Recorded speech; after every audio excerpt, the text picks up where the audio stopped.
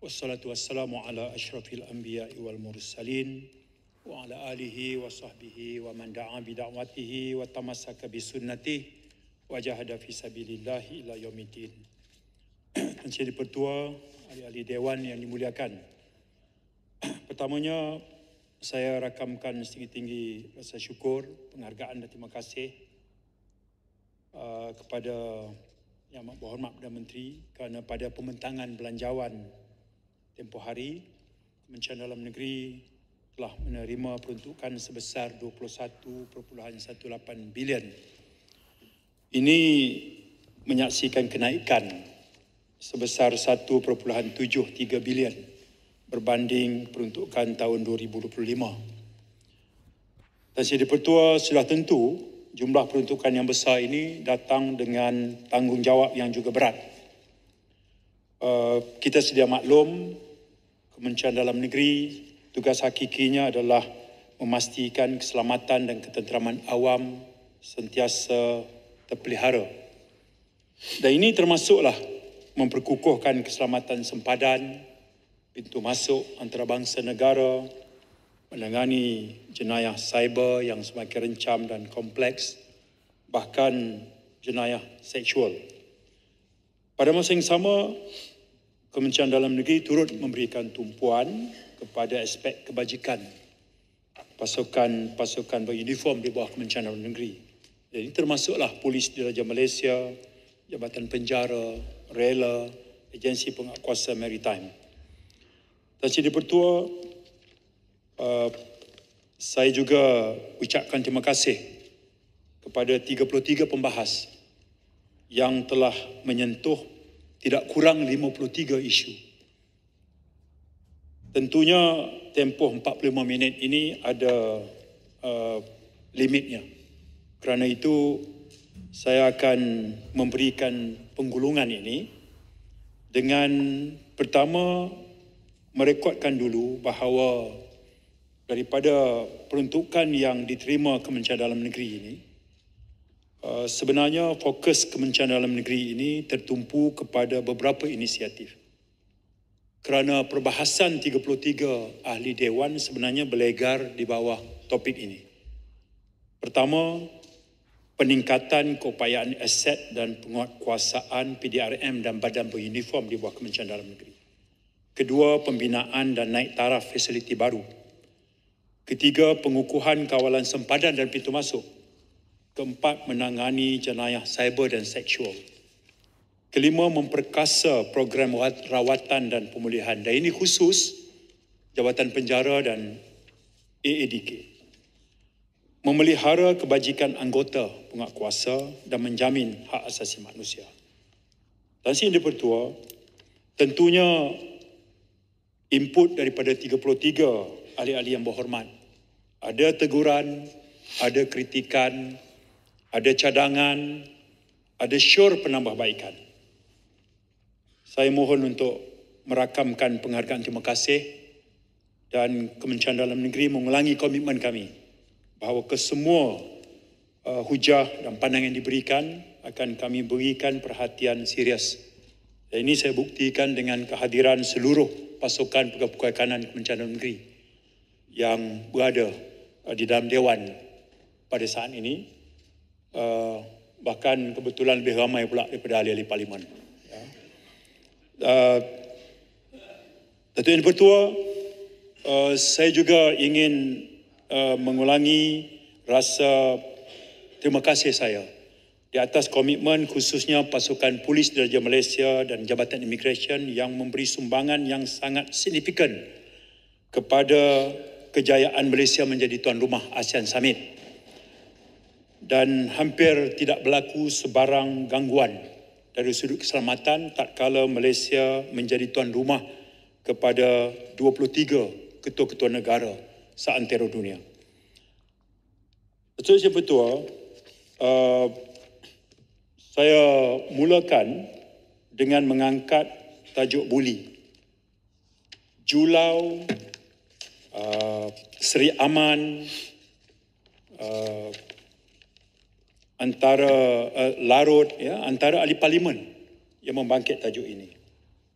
Pertama, saya berkongsi dahulu statistik yang direkodkan oleh polis di Raja Malaysia. Ada 3 perkara terkait buli, rogol dan pembunuhan. Ini yang melibatkan insiden di kawasan sekolah saja. Statistik ini gunanya untuk kita dapat memahami setakat mana tahap seriusnya insiden-insiden ini. Kes buli misalnya, dari 2022 hingga Jun 2025, jumlah kes yang dikategorikan buli ialah 687 kes. Tahun 2022, 205. Tahun 2023, 186. Tahun 2024, 191. Dan 2025, di antara Januari hingga Jun tahun ini sudah merekodkan 105.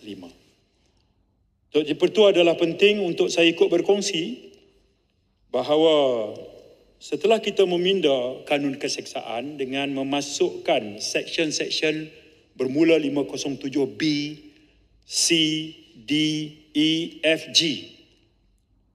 Daripada pindaan ini, pihak polis kemudiannya telah membuka kertas siasatan kes buli saja, 87 kes sepanjang Ogos hingga September tahun ini. Bagi kes rogol, bagi tempoh 2022 hingga 2025, sekali lagi saya sebut ini hanya insiden melibatkan sekolah, menunjukkan 112 kes dilaporkan. Ini kes rogol yang berlaku di persekitaran sekolah. 2022, 27 kes, 2023, 22 kes, 2024, 29 kes, dan sehingga September tahun 2025 ini, 34 kes. Tuan Dipertua, saya kemudiannya berkongsi pula kes pembunuhan di kawasan sekolah. Ya. Ada 2 kes yang telah direkodkan, dilaporkan setakat ini. Yang pertama melibatkan kes pelajar Kolej Vokasional Lahad Datu. Ini sudah pun berakhir dengan keputusan dan sabitan. Dan yang kedua adalah yang terbaru di Sekolah Menengah Kebangsaan Bandar Utama Damansara yang membabitkan seorang pelajar 14 tahun membunuh rakan sekolahnya 15 tahun. Setelah saya berkongsi tentang angka-angka ini, Datuk Yang Pertua, apa yang perlu kita perhatikan adalah bergerak ke hadapan apakah langkah yang diambil oleh kerajaan. Kementerian Pendidikan saya difahamkan telah diberi peruntukan sebesar 8 juta ringgit. Ini untuk tujuan pemasangan CCTV di kawasan strategik sekolah. Dengan itu tentunya langkah untuk meningkatkan langkah keselamatan dan pemantauan ini dapat dilakukan. Ahli yang berhormat yang membangkit tajuk ini bertanya secara khusus apakah boleh kalau nanti setelah dipasang CCTV, kamera litar di sekolah, boleh dilinkkan dengan sistem PDRM.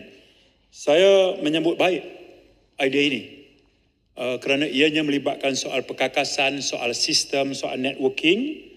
Saya akan meminta di pihak KDN supaya melihat kemungkinan hal ini boleh dilaksanakan supaya pengawasan yang bersifat real time atau masa sebenar akan dapat dilakukan.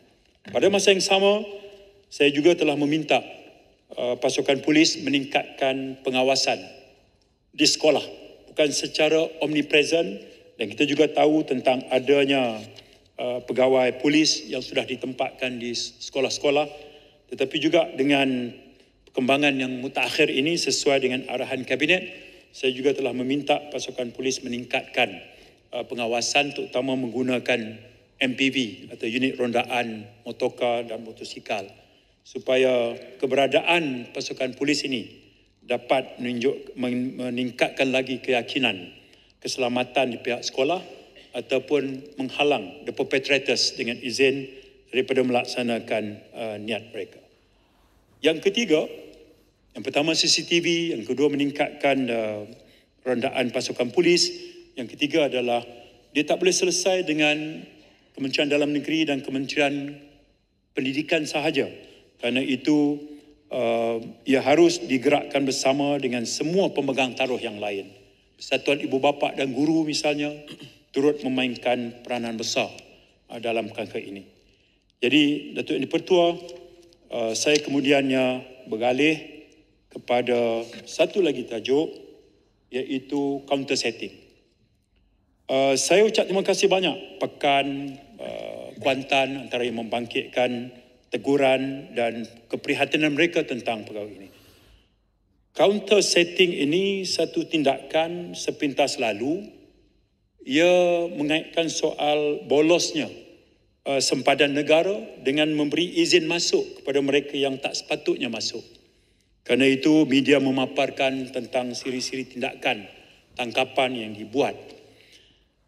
Kuantan dan juga Pekan ingin tahu apakah ianya sekadar diuruskan mengikut undang-undang sedia ada atau barangkali Kementerian Dalam Negeri kena tengok pula peruntukan yang lebih serius.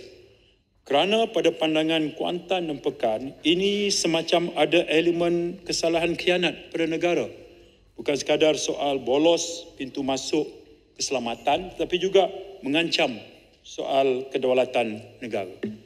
Jadi buat masa ini, untuk makluman Kuantan dan Pekan, siasatan ke atas mereka yang tertangkap di bawah aktiviti counter setting ini disiasat di bawah SPRM.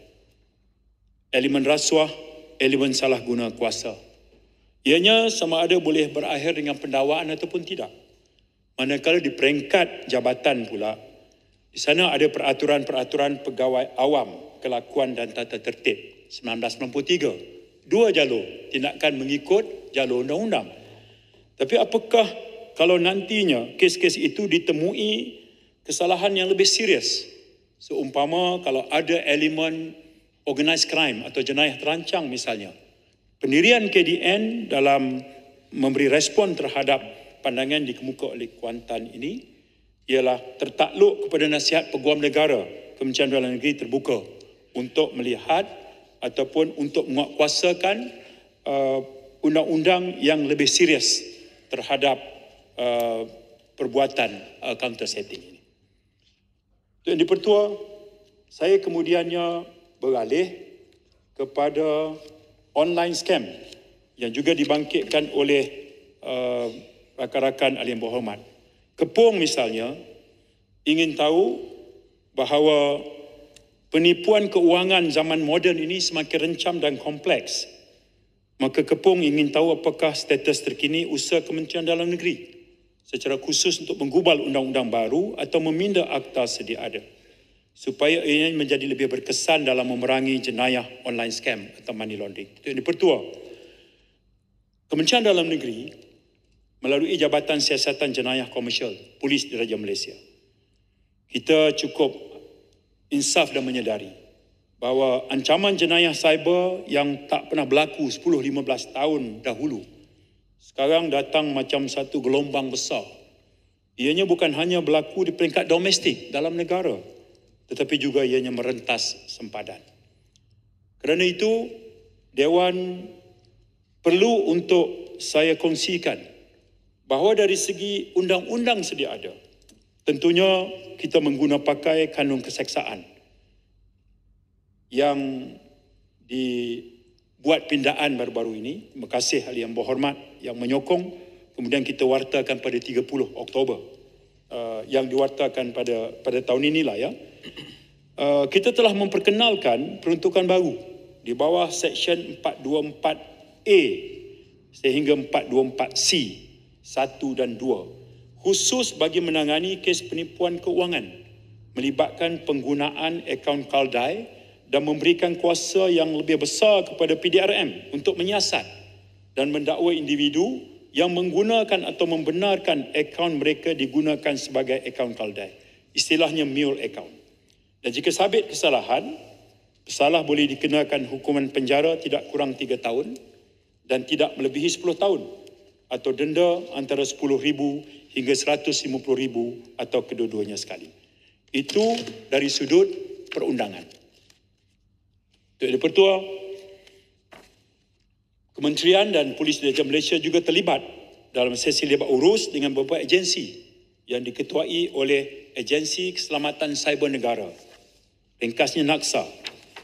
Cadangannya adalah untuk menggubal Akta Jenayah Cyber dan rang undang-undang jenayah cyber ini akan memberi kuasa kepada Polis Diraja Malaysia sebagai agensi penguatkuasa dan NAKSA sebagai agensi yang mengawal selia.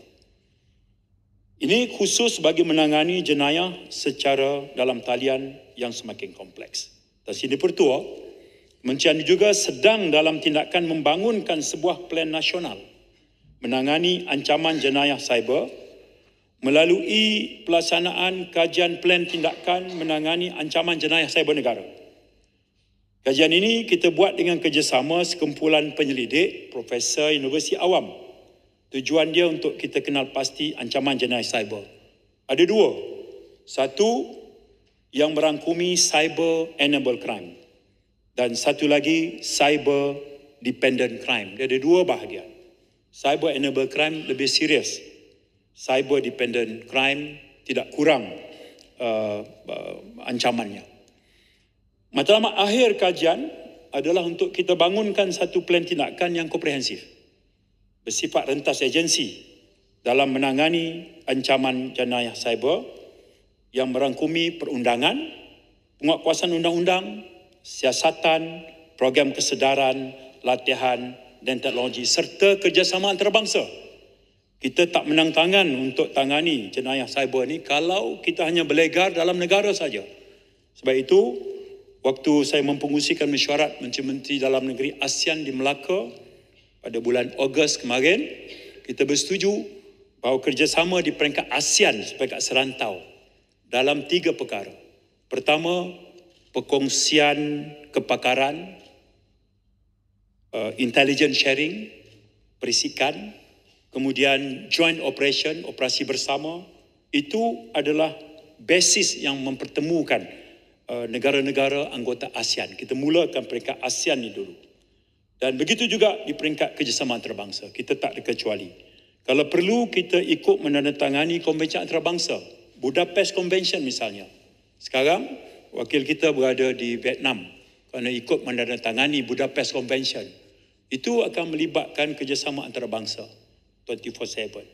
Jadi, sekarang ini kita tumpukan secara usaha bersama. Ya, bukan saja di kalangan dalam negara, kukuhkan akta, pindah akta mana ada, buat undang-undang baru, pertingkatkan kerjasama antarabangsa, bahkan bukan saja serantau, bahkan di peringkat antarabangsa. Rakan saya Kuala Krai membangkitkan secara khusus kebimbangannya bahawa target menjadi mangsa kepada online scam ini adalah warga emas. Tidak syak lagi. Bila kita tengok dari segi statistik, Januari hingga September 2025, Tuan Pertua, 4,390 kes penipuan dalam talian melibatkan warga emas direkodkan. Ini berbanding 3,268 kes saja pada tahun 2024, meningkat 35%. Warga emas ni yang pencen. Dia dapat duit emolument dia, ya, hadiah perkhidmatan dia beratus ribu. Kemudian hilang sekelip mata. Ya, dia terperangkap atau menjadi mangsa kepada jenayah atas talian ini. Ini Kuala Krai ingin bertanya, ya, apakah langkah yang dibuat?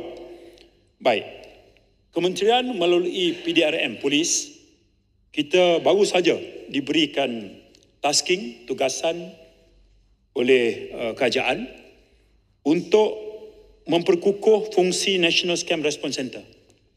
Dulu NSRC ni dia beroperasi di Bank Negara. Kemudian bila kita tengok bahawa jumlah panggilan aduan mangsa semakin meningkat, kita kata tak padan dengan operasi di premis Bank Negara saja. Jadi Kabinet telah bersetuju supaya Polis Diraja Malaysia mengetuai National Scam Response Center ni. Pusat ni pusat apa?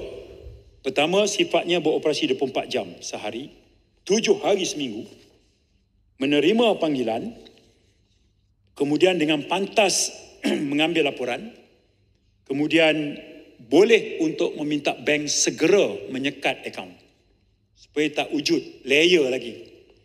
Kemudian daripada situ barulah tindakan-tindakan mengesan, kemudiannya mengambil tindakan mengikut undang-undang. Bukan polis sahaja, kita perlu kerjasama Bank Negara Malaysia, kita perlu kerjasama MCMC, kita perlu kerjasama Kementerian Perdagangan Dalam Negeri. Bahkan kita juga bekerjasama dengan National Anti-Financial Crime Centre atau NFCC. Dan kita malah telah meminda kanun keseksaan dengan memasukkan peruntukan baru 424A sehingga 424D dan kanun tata cara jenayah melalui Seksyen 116D. Tujuannya memberi kuasa lebih luas kepada PDRM untuk siasat, untuk sita akaun dan untuk mendakwa kes penipuan cyber termasuk Miro Account. Sementara Bank Negara Malaysia memperkenalkan ciri keselamatan baru seperti cooling off period untuk melindungi pengguna daripada transaksi mencurigakan. Di Pertua, saya juga ucap terima kasih banyak pada Stampin. Stampin datang dengan idea yang agak unik, iaitu katanya memandangkan kerugian akibat penipuan atas talian ini terus grafnya meningkat setiap tahun. Maka Stampin mencadangkan agar kerajaan mewajibkan semua bank perkenalkan sistem semasa pengeluaran wang tunai di mesin ATM itu dilakukan semacam satu tracking yang membolehkan transaksi aliran tunai itu direkodkan supaya dia tahu. Baik, Kementerian Dalam Negeri, khususnya polis, kita menyambut baik cadangan ini. Dan tentunya kita biarkan agensi kewakilan berkenaan sebab yang mengawal tentang operasi bank, kita ada Central Bank. Sistem ini seandainya diwujudkan kelak, tentunya boleh merekod transaksi tersebut dan data-data lain yang berkaitan yang boleh dihasilkan dalam masa yang kritikal dan mengatasi masalah yang berkaitan dengan akaun keldai. Jadi log transaksi ATM diperincikan dengan data tambahan seperti cap jari, lokasi GPS machine dan rakaman visual semasa pengeluaran menjadi bukti material yang tidak dapat disangkal lagi bagi memudahkan PDRM untuk mendakwa money mule ini. Dan data berstruktur daripada bank-bank membolehkan PDRM melalui Jabatan Siasatan Jenayah Komersial melaksanakan analisis aliran tunai lanjutan bagi membolehkan polis melakukan mapping secara automatik rangkaian pengeluaran dan mengenal pasti sindiket di sebalik operasi. Saya ucap terima kasih banyak di atas cadangan Stampin. Di Pertua, saya kemudian beralih kepada hujah khusus yang dibangkitkan oleh sahabat saya dari Kota Baru yang merujuk tentang insiden yang berlaku di Masjid Rusila. Suka saya tegaskan bahawa ianya adalah satu latihan. APMM pun dia ada komando juga. Terutama menghadapi ancaman keselamatan negara, kita ni APMM atau Agensi Penguatkuasaan Maritime, wilayah tanggungjawab dia hampir 600,000 kilometer persegi. Bukan saja keupayaan aset kena tingkatkan. Bukan saja kerjasama serantau mesti diperkukuhkan, tetapi latihan kompetensi anggota APMM juga mestilah dipersiapkan. Dan ada keperluan untuk APMM juga mengasuh atau melatih anggota dia secara latihan komando. Kalau tentera laut dia ada Pascal, tentera udara dia ada komando juga, dipanggil Paskau. Polis pun kita ada komando. APMM, bila dia jaga samudra yang luas ini, ancaman dia penyelundupan senjata, illegal fishing, pencerobohan kapal asing, kemudiannya dadah, lanun, segala macam lah ya. Jadi keupayaan ini mesti ditingkatkan. Maka agensi ini turut membangunkan satu modul. Belum saya di sini lagi. Paguh pernah ada di sini. Larut pernah ada di sini, Sembrong pernah ada di sini, Bagan Datuk pernah ada di sini. Itulah modul yang saya tak pindah. Koma, titik, satu pun saya tak pindah. Itu kita biarkan kepada APMM untuk olah dan bangunkan. Pada hari itu, mereka sedang melakukan latihan dipanggil survival, evasion, resistance and escape. Ada elemen mereka kena mengelak. Mengelak pada siapa? Mengelak pada jurulatih lah. Kalau kena tangkap, fail lah. Tak boleh jadi komando lah. Ataupun ada elemen penyamaran. Mereka kena menyamar. Jadi latihan ini mereka bagi tahu polis. Daripada 16 September hingga 22 September mereka bagi tahu polis. IPK semua daerah. Mereka mula di Kuala Berang. Kemudian mereka berhenti di terminal bas, di pasar, macam-macam lah ya. Dan termasuk masjid lah. Kalau program itu modulnya ada elemen penyamaran, dia tak boleh hebah lah. Dia tak boleh bagi tahu RTM ke, TV3, sidang media pun tak boleh. Ya, kalau dia bagi tahu, maka tak tercapai lah tujuan latihan itu. Jadi bila sampai di masjid itu pada 19 hari bulan, mereka masuk untuk singgah sembahyang asar lah. Ya. Dan sebab itu kalau kita tengok CCTV itu, mereka lepas itu macam lari-lari ya, untuk segera pergi ke motorkar. Tujuan dia nak mengelak daripada dikesan oleh jurulatih lah. Jadi sepintas lalu nampak macam curiga lah. Tapi nak kata serbuan dan serangan, yang itu tidaklah. Itu tidak sama sekali. Kerana itu, kita tak nafikan, ia mengundang satu reaksi daripada pihak masjid. Saya ucap terima kasih pengurusinya, ikut jalur betul. Dia buat laporan polis. Dan pihak polis kemudiannya berjumpa. Bukan saja dengan pejabat Adun Batu Buruk, tetapi juga dengan pejabat Ahli Parlimen Marang. Kita terangkan bahawa ini adalah satu latihan dan Alhamdulillah baik Adun Batu Buruk ataupun Ahli Parlimen Marang yang kita polis berurusan dengan kaki tangan pejabatnya, mereka menerima bahawa itu adalah satu kursus yang ada keperluan dan kewajarannya. Sebab itu perkara itu tak dibawa dan tak diolah sehingga memberi gambaran seolah-olah satu serbuan, satu serangan. Kemudian sampai pula bila dengar tu sangat emotif nadanya. Ya, apakah ini satu percubaan latihan untuk membunuh watak-watak tertentu? Dia jadi macam tu. Ya, jadi sebab itu saya perhatikan bahawa ada kewajaran untuk kita tengok secara lapang, okey. Kalau bahawa tak perlulah kita nampak sampai exaggerate sampai berlebihan, okey. Itu hasillah Kota Baru. Ya, Muhammad. Terima kasih banyak sahabat saya Yang Muhammad Menteri, Yang Muhammad Tuan Doktor. Kami ni kawan lama.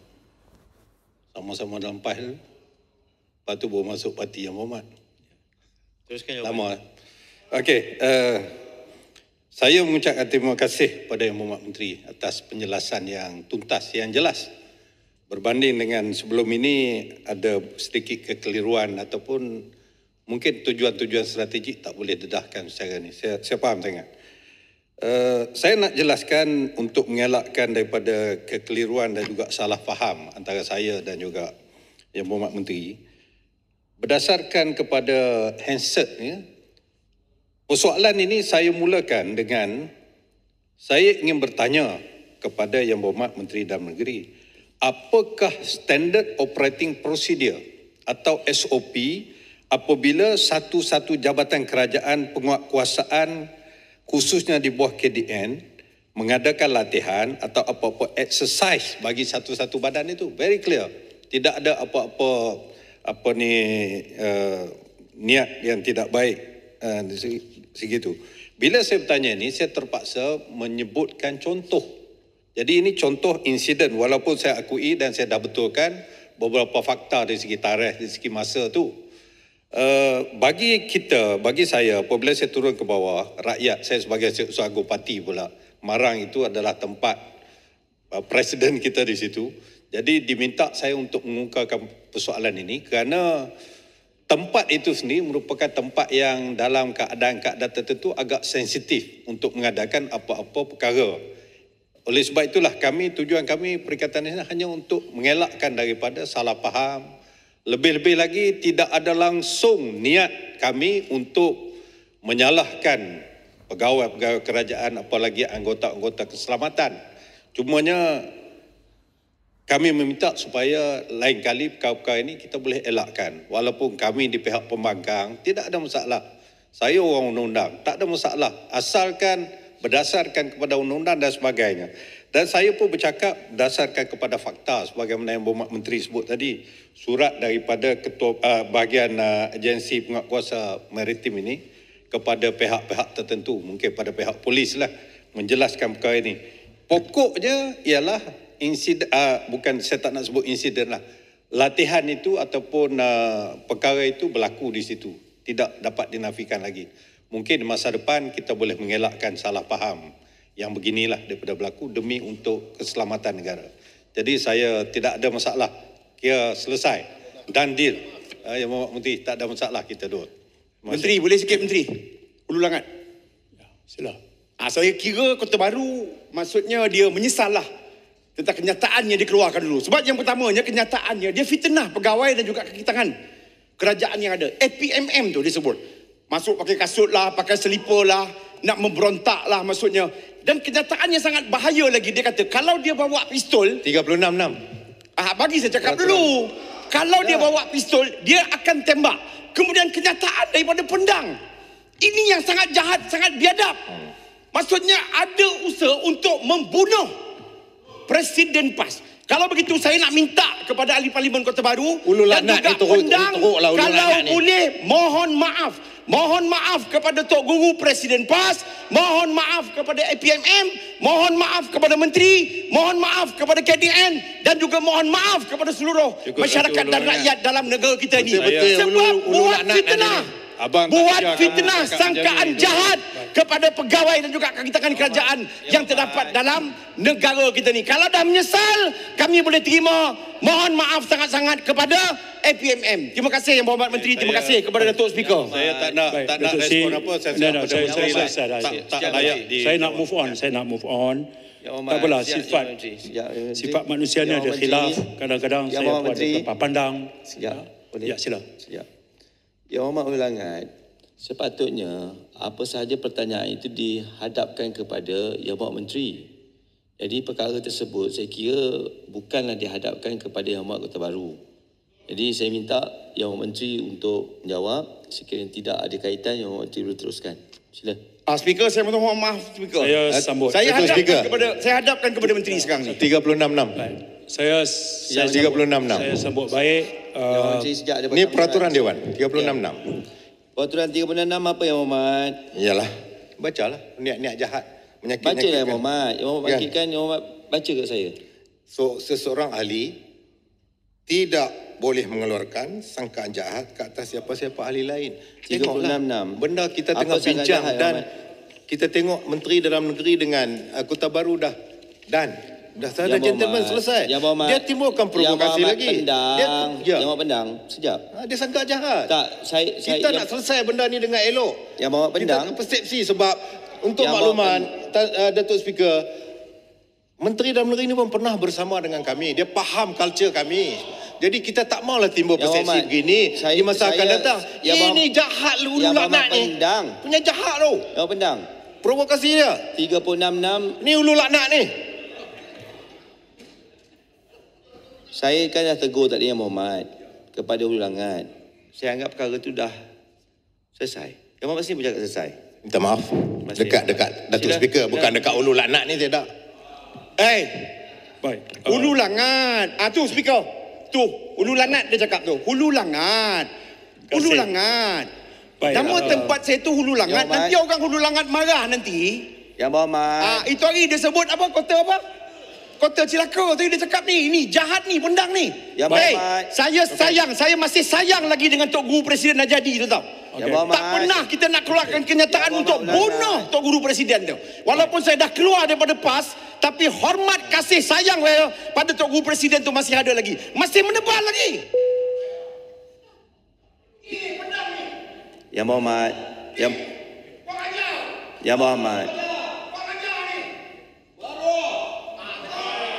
Berhormat, Yang Berhormat Pendang, Yang Berhormat, duduk Yang Berhormat, duduk Yang Berhormat. Okeylah, Yang Berhormat Pendang pun dah mengata pada Yang Berhormat dan Yang Berhormat pun dah mengata pada Pendang sehingga selesai lah. Sila Yang Berhormat. Terima kasih. Datuk Speaker, dia kata apa tadi? Dia kata apa? Terima kasih. Dia kata mulut laknat, dia kata baruah. Saya tak sebut benda-benda tu. Saya salute Datuk Yang Bertuah atas ketenangan dan itu membantu meredakan sedikit. Tapi saya lapang, saya ucap terima kasih banyak Kota Baru. Kita move on asal kita boleh memahami bahawa faktanya begitu. Okay, ya?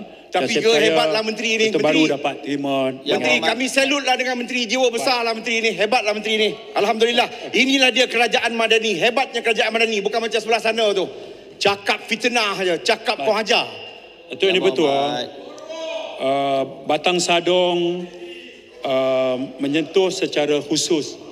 Batang Sadong ingin tahu berkenaan dengan dadah dan judi. Saya tadi masa pegawai persiapkan saya minta untuk mereka berikan data terkini. Dadah ni di bawah KDN dia ada yang mengawal bekalan adalah bahagian narkotik Bukit Aman. Tapi kalau dah dadah masuk, dah ada yang terjebak, pulih dan rawat itu AADK.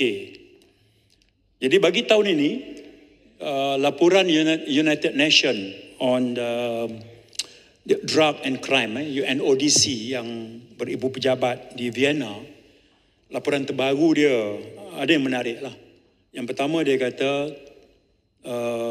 masalah dadah global ni masih lagi opium. Itu serius. Tapi sebelah kita ni, rantau sebelah kita dan negara kita, dia opium ni tidak sangat. Kita lebih kepada dadah sintetik. Jadi itu satu. Yang kedua, strategi tahun ini bagi menangani masalah narkotik di peringkat dunia, fokusnya adalah menyekat bekalan. Dan jalan masuk dadah ni banyak melalui jalan laut lah. Ya. Sebab itu kita faham kenapa kita kena perkuatkan aset laut kita lah. Ya. Jadi saya ingin berkongsi bahawa sepanjang tempoh Januari hingga September tahun ini, Jabatan Siasatan Jenayah Narkotik mereka telah merekodkan pencapaian dan kejayaan yang signifikan. Rampasan dadah saja Yang Bertuah itu 2 bilion. Dan itu melibatkan syabu, ganja, cecair, ya, segala macam lah. Ya. Dan dalam tempoh Januari hingga September ni juga, kita telah berjaya melumpuhkan 16 makmal haram yang memproses dadah ni. Kita kawal laut, rupanya dia buat makmal dalam negara. Dan ada 44 tangkapan kita buat. Kontijen Selangor adalah tumpuan utama kerana kita berjaya membongkar 5 makmal dan kita tahan 20 individu. Jadi menjadikan Selangor ni aktiviti makmal haram tertinggi yang berjaya kita tumpaskanlah. Dan tahun ini juga daripada Januari hingga September ni yang saya sebut tadi, kita telah buka 174,134 kertas siasatan. Ini di bawah Akta Dadah Berbahaya 1952 dan Akta Racun 1952. Dan kita tangkap 189,451 individu. Dan kita guna pakai Akta Dadah Berbahaya Seksyen 15.1 memasukkan dadah dalam badan. Seksyen 12 Akta Dadah memiliki dadah secara kecil-kecilan. Seksyen 39B yang ni mengedar lah.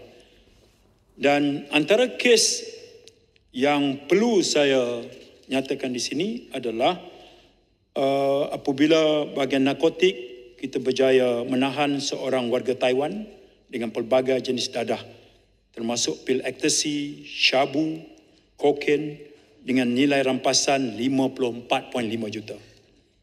Kemudian di Taman Industri Alam Jaya 2 Selangor, ini Januari 2025, kita tahan 8 lagi warga Taiwan dan kita rampas 132 kilo ketamin, 291 kilogram pil ecstasy dan serbuk Arimin dengan nilai rampasan 55 juta ringgit.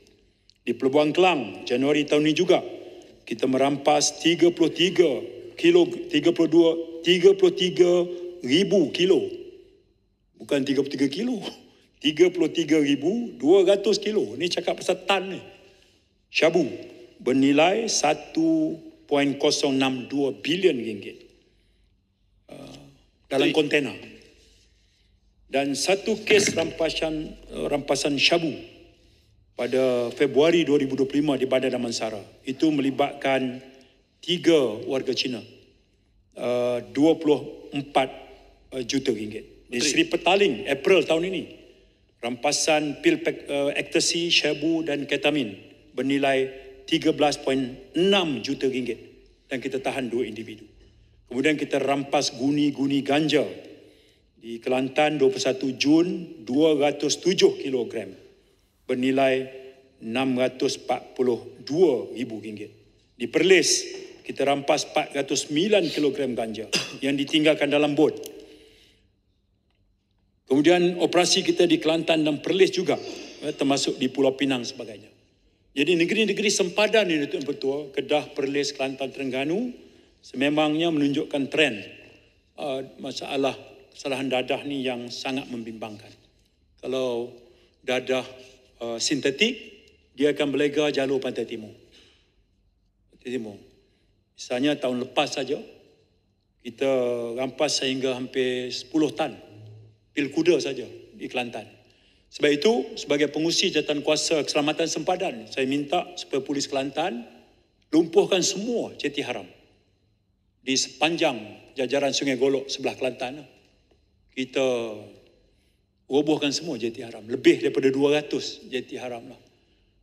Sebab itu satu cara je. Dan bila kita buat begitu, yang boleh menggunakan sempadan hanya yang ada dokumen. Menteri. Kalau tidak, kita... Ya, sila. Terima kasih Menteri. Saya bangun kerana saya nak... Kota Melaka tak ada di sini. Hulu Langat tadi mungkin terlupa tanya soalan. Indra Mahkota pun ada tanya, tapi bukan dalam Dewan, di luar Dewan. Indra Mahkota daripada sebelah sana. Mengenai seorang bernama Muhammad Adlan Berhan. Muhammad Adlan Berhan... Kalau Menteri tak tahu siapa ni, menantu Paguh lah. Persoalannya, kita tahu kehebatan PDRM dapat mencegah sesuatu perlakuan jenayah dalam masa yang singkat. Tapi yang saya nak tanya-tanya, Muhammad Adlan Berhan ataupun AKA menantu Paguh, bermastautin di luar negara, main golf dengan mewah. Bagaimana kita tak dapat kesan dia? Paguh pun tak nak bantu. Saya percaya Paguh tahu di mana dia berada. Paguh memang ada maklumat. Tapi tak ada seorang pun daripada sebelah sana. Indra Mahkota pun soalkan isu ini. Saya nak tanya, adakah kita boleh meminta Paguh memberi maklumat di mana menantu beliau berada? Supaya kita dapat kesan beliau. Isu jana wibawa ni adalah salah satu perkara yang serius. Dana kita yang diselewengkan, rasuah ini yang kita nak bantras. Rasuah. Kenapa sehingga hari ini kita tak dapat mengesan suspek bernama Muhammad Adlan Berhan ataupun menantu ataupun Paguh ini sengaja menyembunyikan maklumat yang beliau ketahui? Ya Muhammad, Peraturan Mesyuarat 366 ini satu sangkajan. You just ask the question lah. Don't mention certain name. Yang satu Kota Baru sangkat jahat apa? 366 ni menyebut Paguh dan sebagainya. Apa kena-mengena ya? Orang lain buat salah orang lain.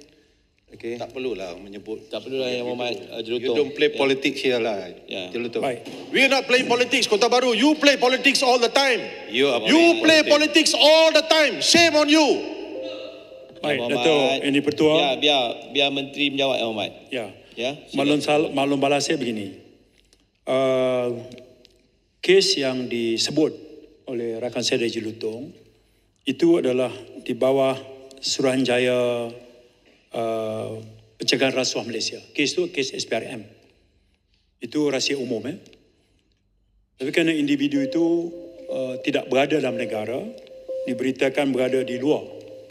Maka SPRM kemudian memaklumkan kepada Kementerian Dalam Negeri, iaitu Jabatan Immigration, supaya membatalkan pasport.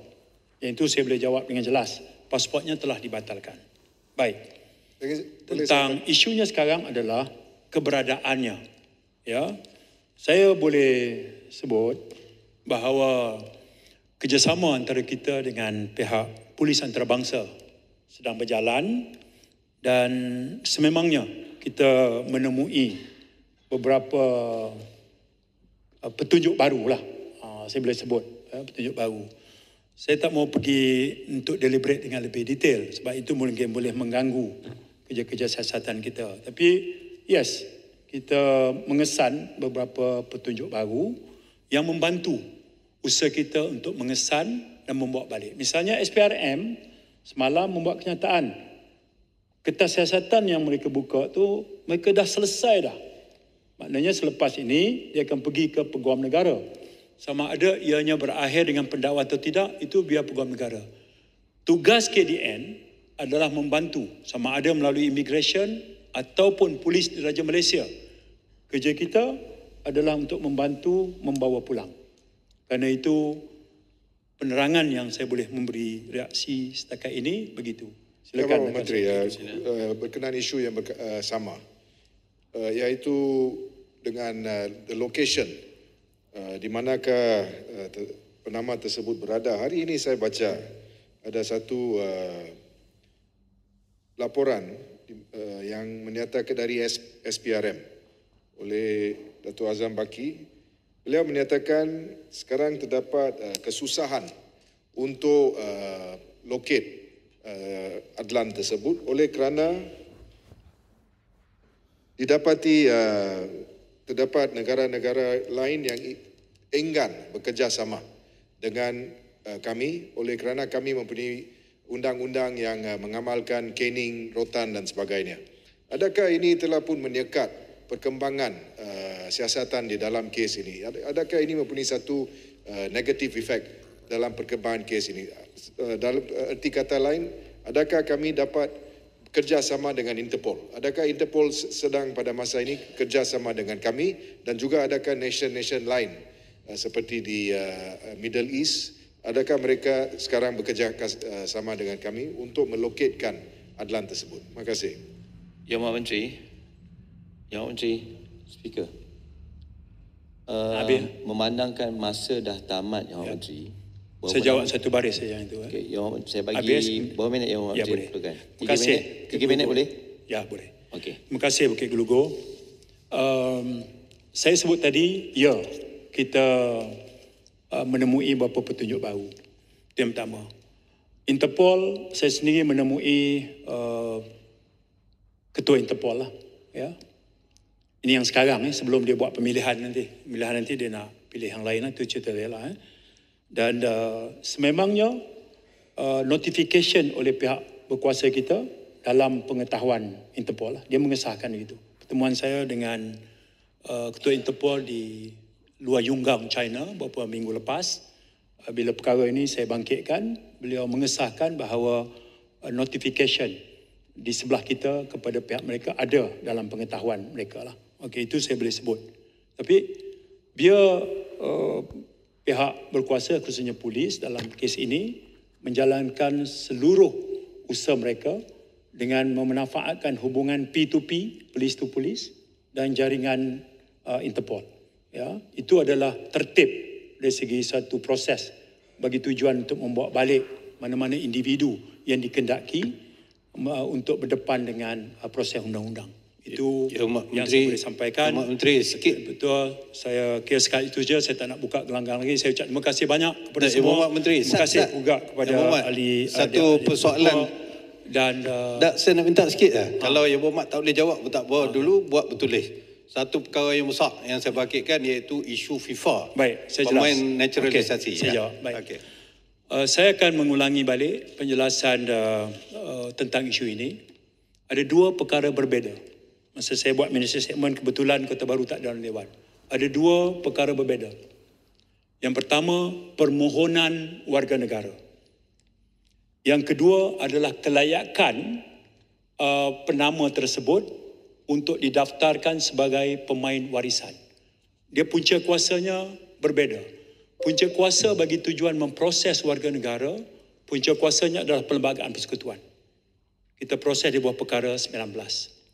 Kita guna pakai Citizenship Regulation 1964. Kemudian daripada situ dia keluarkan borang C yang mengandungi checklist bagi satu permohonan nak diproses di bawah perkara 19.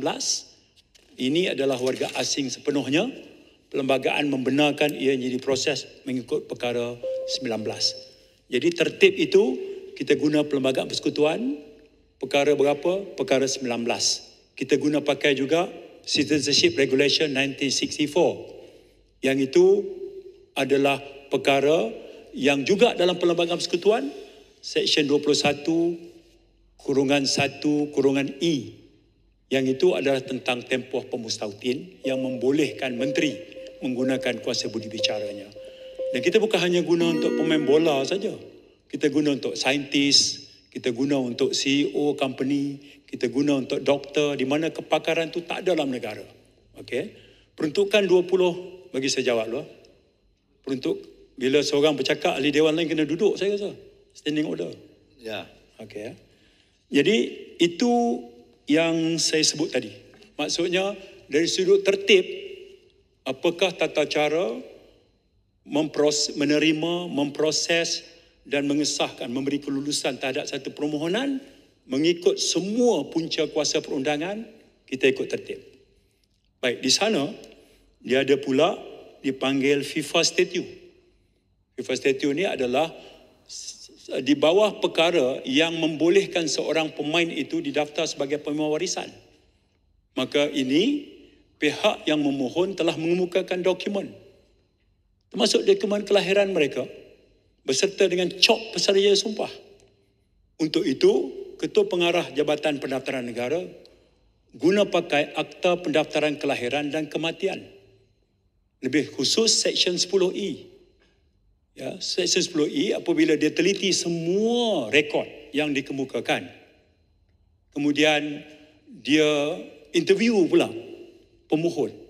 Ya, 10E mengatakan apabila pendaftar besar, ayat dia dalam itu adalah pendaftar besar. Fahamnya adalah Ketua Pengarah. Berpuas hati. Ya, itu kata kuncinya. Jadi Ketua Pengarah Jabatan Pendaftaran Negara kemudiannya mengeluarkan satu dokumen kelahiran. 10E itu adalah kebenaran untuk mengeluarkan dokumen kelahiran. Ya, dan itulah yang digunanya. Jadi selesai urusan di peringkat KDN. Jadi apabila FAM kemudian membuat pendaftaran, saya tak boleh masuk dalam teritori itu. Kota Baru pernah jadi ahli dalam FAM, saya tak pernah. Jadi saya jelaskan dalam Dewan, apakah permohonan warga negara mengikut tertib? Ya. Apa punca perundangan? Perlembagaan Persekutuan. Ya. Apa lagi? Seksyen mana? Perkara 19, Seksyen 21(E). Apa lagi? Peraturan Warga Negara 1964. Ada senarai semaknya? Ada. Kemudian apabila dikemukakan pula dokumen tentang rekod kelahiran mereka yang mengaitkan datuk dan nenek bagi melayakkan mereka untuk mematuhi syarat FIFA di bawah FIFA Statute, ya, maka mereka kemukakan dokumen. Dan peruntukan undang-undang yang namanya Akta Pendaftaran Kelahiran dan Kematian 10E, ya, meletakkan secara jelas apabila pendaftar besar berpuas hati dengan semua dokumen yang dikemukakan. Dan itulah yang diguna pakai oleh pendaftar. Okey. Jadi selesai urusan di peringkat Kementerian Dalam Negeri. Terima kasih. Terima kasih, Yang Hormat Menteri Dalam Negeri.